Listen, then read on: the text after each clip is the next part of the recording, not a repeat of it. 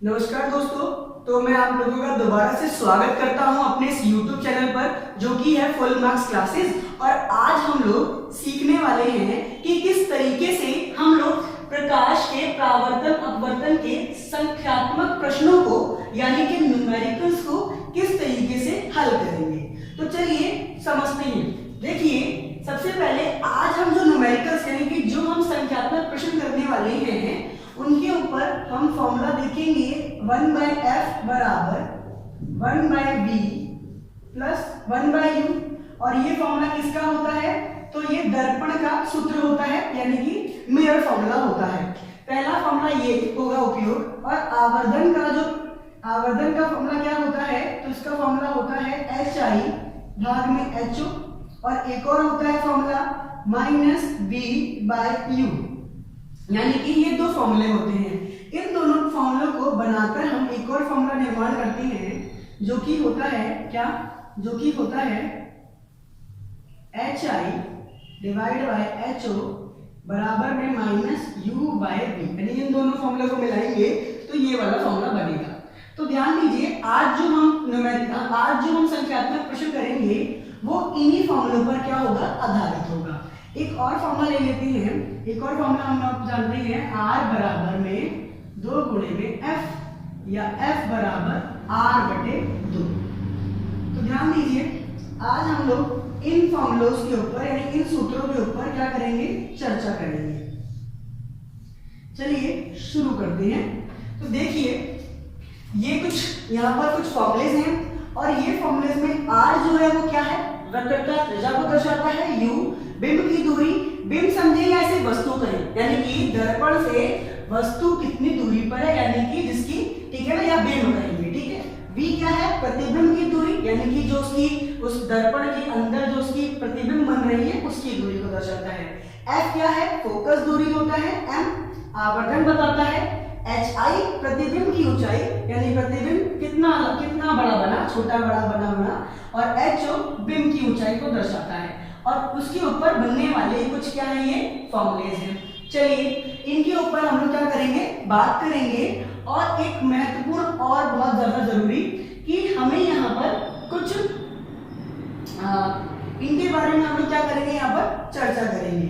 चलिए तो शुरू करते हैं अपने पहले प्रश्न से। वो कहता है यदि समतल दर्पण का आवर्धन जमा 1 है तो ये क्या दर्शाता है? यानी कि जो हमारा दर्पण है वो कैसा है? वो समतल है। और समतल दर्पण का उपयोग हमारे घरों में किया जाता है। और इसका जो मान है इसको m से दर्शाया जाता है जो कि कितना है? धनात्मक 1 है। तो धनात्मक जो है ये क्या दर्शाता है कि जो प्रतिबिंब है, क्या जो हमारा प्रतिबिंब बन रहा है दर्पण में वो कैसा है? वो सीधा है। और सीधा है इसका मतलब क्या हुआ? सीधा तथा आभासी है। कैसा है? सीधा तथा आभासी है। यानी प्रतिबिंब कैसी बन रही है? ये ऋणात्मक वैल्यू क्या बताता है? धनात्मक चिन्ह क्या बताता है? धनात्मक हमें बताता है कि प्रतिबिंब जो है वो सीधा है या फिर आभासी है। चलिए इसी प्रकार ये जो 1 है ये क्या दर्शाता है? अब ध्यान दीजिए, आवर्धन का जो हमने सूत्र पढ़ा या फिर फॉर्मूला कहें वो होता है HI भाग में HO, यानी कि प्रतिबिंब की ऊंचाई और बिंब की ऊंचाई। अब इनको भाग करके मेरा आंसर कितना आ रहा है? 1 आ रहा है। यानी कि कितना आ रहा है? 1 आ रहा है। और ये कब मुमकिन है? ये केवल तभी मुमकिन है जब HI जो है और HO क्या होगा? बराबर, यानी कि प्रतिबिंब और बिंब की ऊंचाई क्या होगी?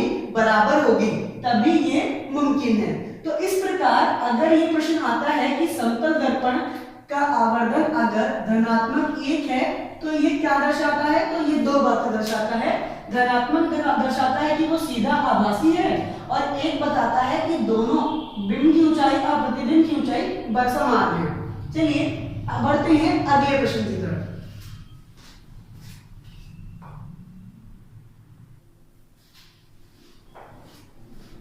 चलिए अब हम लोग देखते हैं दूसरे प्रश्न को। दूसरा प्रश्न कहता है कुछ उसी प्रकार का प्रश्न लिया है पर बहुत कुछ बातें हमें सीखने को मिलेगी इसमें। लिखा है गोलीय दर्पण का प्रकार एक उसके प्राप्त प्रतिबिंब के 2 गुण बताइए। यानी कि हमें सबसे पहले तो गोलीय दर्पण कौन सा है उसका प्रकार बताना है और उसके साथ जो उसका प्रतिबिंब जो बन रहा है उसके दो गुण बताने हैं। अगर इसका आवर्धन का मान जो है धनात्मक कितना हो 6 हो, यानी कि अभी तक तो हमने देखा था कि अगर आवर्धन 1 होता है तो वो तो किसमें होता है, धनात्मक 1 किसमें होता है, समतल दर्पण में होता है। पर अगर आवर्धन का मान जो है धनात्मक 6 हो तो ये हमें क्या बता पाएंगे, कैसे हल करेंगे इसको?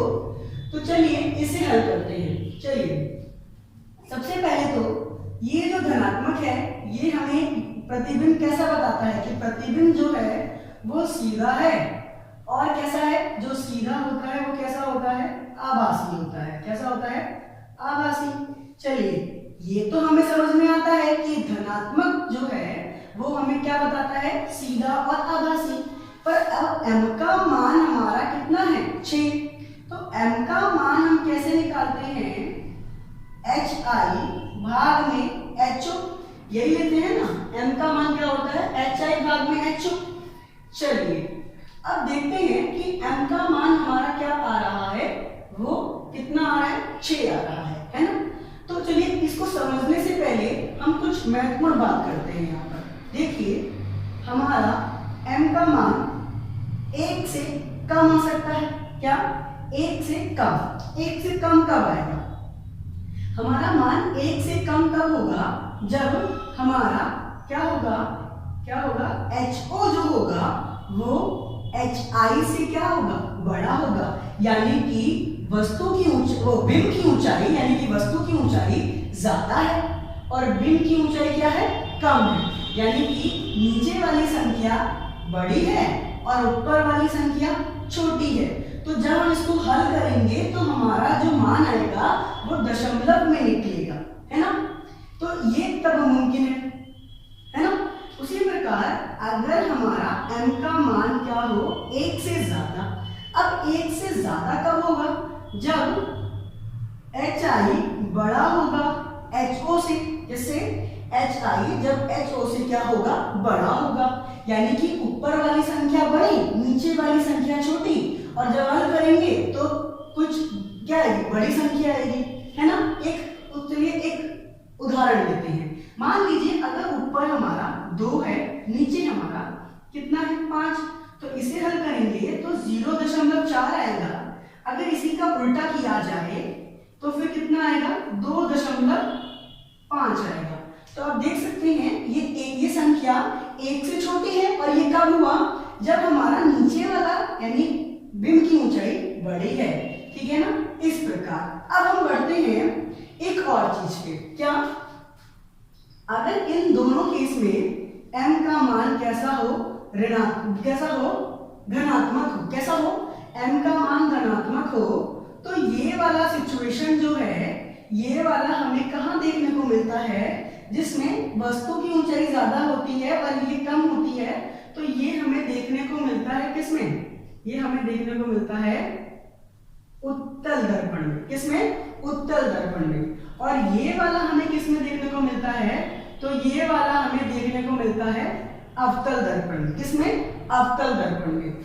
अगर m का मान क्या हो, ऋणात्मक हो, तब तो ये हमेशा एक ही दर्पण को शो करेगा, और वो दर्पण कोई और नहीं, कैसा होगा, अवतल दर्पण होगा।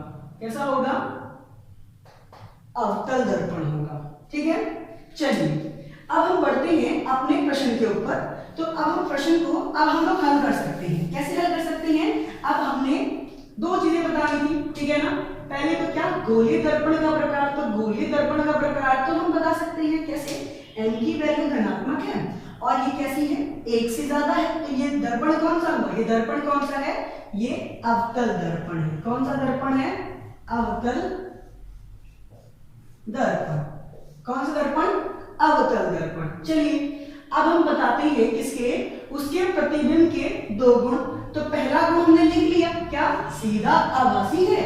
और दूसरा गुण हम यहां से बताएंगे क्या, कि वस्तु की जो बिंब की ऊंचाई है वो बड़ी है किससे, सॉरी, प्रतिबिंब की ऊंचाई बड़ी है बिंब की ऊंचाई से। इसका मतलब हमारी जो प्रतिबिंब है वो कैसा बन रहा है, वो बड़ी बन रही है। वो कैसी बन रही है, बड़ी बन रही है, ठीक है ना। यानी प्रतिबिंब कैसा बन रहा है, हम यहाँ पर लिख देंगे प्रतिबिंब कैसा है, बड़ा बड़ा बन रहा है, ठीक है ना।